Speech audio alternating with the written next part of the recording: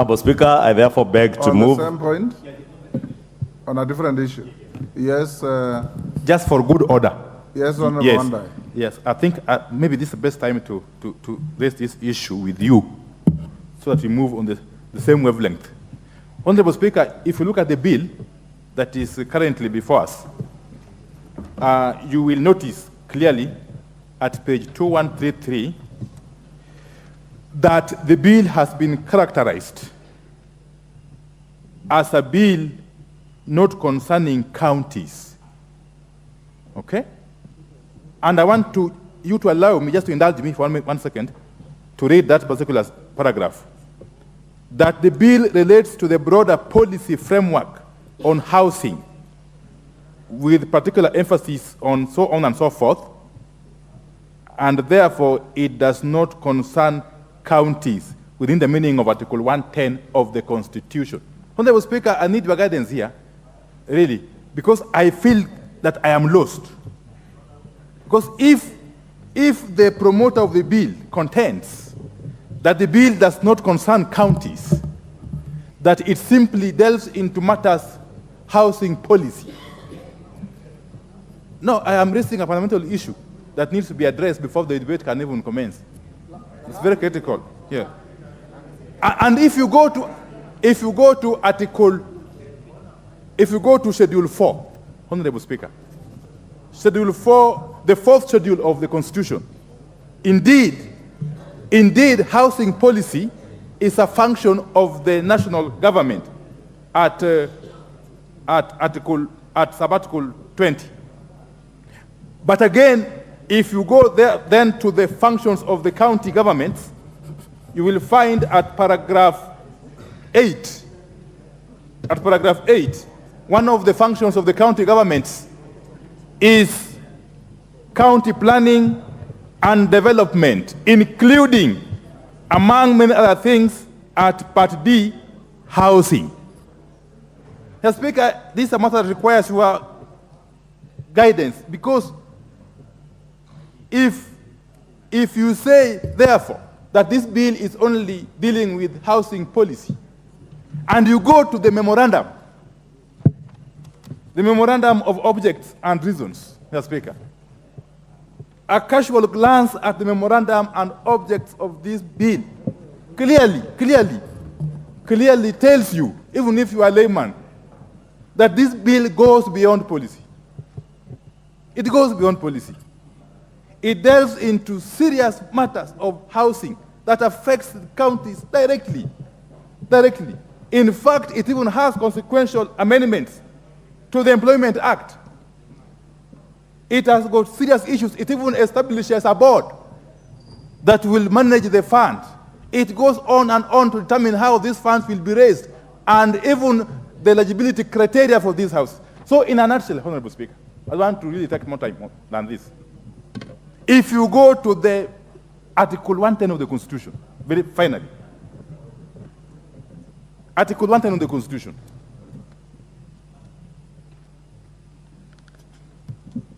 and thank you for indulging me, Honourable Speaker. It wasn't my wish to interrupt my good friend, Honourable Chungwa.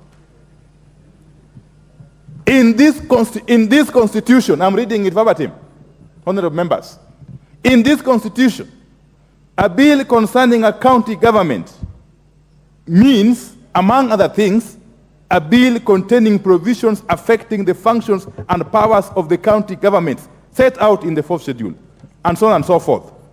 But then it goes ahead to say at Article 1113 that before either House considers a bill, the Speakers of the National Assembly and Senate shall jointly resolve any question as to whether it is a bill concerning counties, and if it is, whether it is a special or an ordinary bill. What am I saying? That the House needs to be guided by your chair, Honourable Speaker, whether that consultation between yourselves and Article 1113 has taken place, and you've resolved that this bill is a bill that doesn't concern counties, and therefore doesn't have to go to the Senate. That has to be clarified. Because from where I stand, I hold a strong view, a very strong view, that in the manner this bill has been structured, this bill clearly affects counties, and therefore it is improperly characterized. That is my point. It is improperly characterized, and that improper characterization must be corrected before we can proceed to the stage of moving it. Thank you. I submit. Majority, you have some.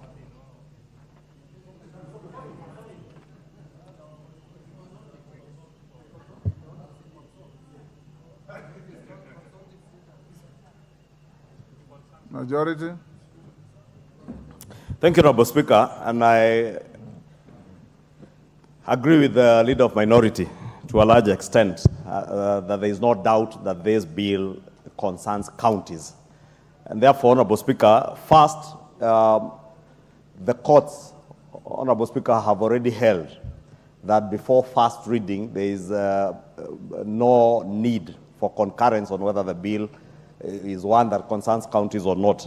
Two, Honorable Speaker, it is up to you as speakers, between yourself and the Speaker of the Senate, to agree on whether a bill concerns counties or whether it will go to the Senate, or that is coming to the Senate will need to come here. Therefore, Honorable Speaker, I believe between the two offices of the speakers, you must have consulted and you will be able to guide us.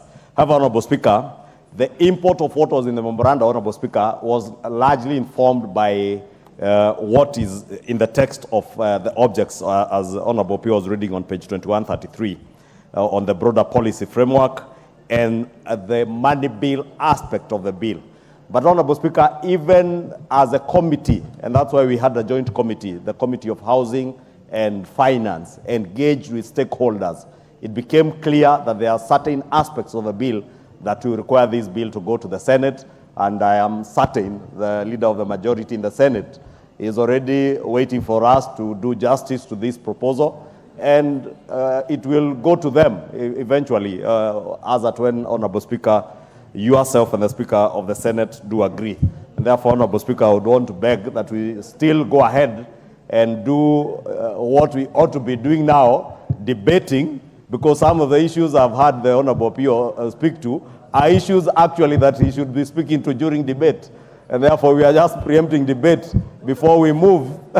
And you allow me to move, and we will have all the time today, tomorrow, if we want to sit tomorrow, on Tuesday afternoon, on Wednesday afternoon, and morning, if we desire to, Honorable Speaker, to be able to debate all these issues. Therefore, Honorable Speaker, I want to beg your indulgence that you do allow me to move the bill, call a seconder, and then we open debate, and we can debate onto all those issues that we want to debate on, including whether this bill will enable us to build houses in all the counties that we went for public participation to. Order. I'm not opening debate on this. I want to give you the following guidance. The minority leader and the majority leader, you're both right. This is a bill that concerns counties. Number two, Article 110.3 was complied with. The speakers of both houses exchanged communication, and we were in concurrence that this is a bill that concerns counties. So from here, the bill will go to the Senate. Number three, the misdescription in the memorandum and objects of the bill is something curable. Yeah. In any event, at the end of the passage of this bill, the memorandum and objects of and reasons of the bill are mere descriptions. They will not become part of the act that you will eventually pass. Yeah. The content is in the clauses in the bill. Yes.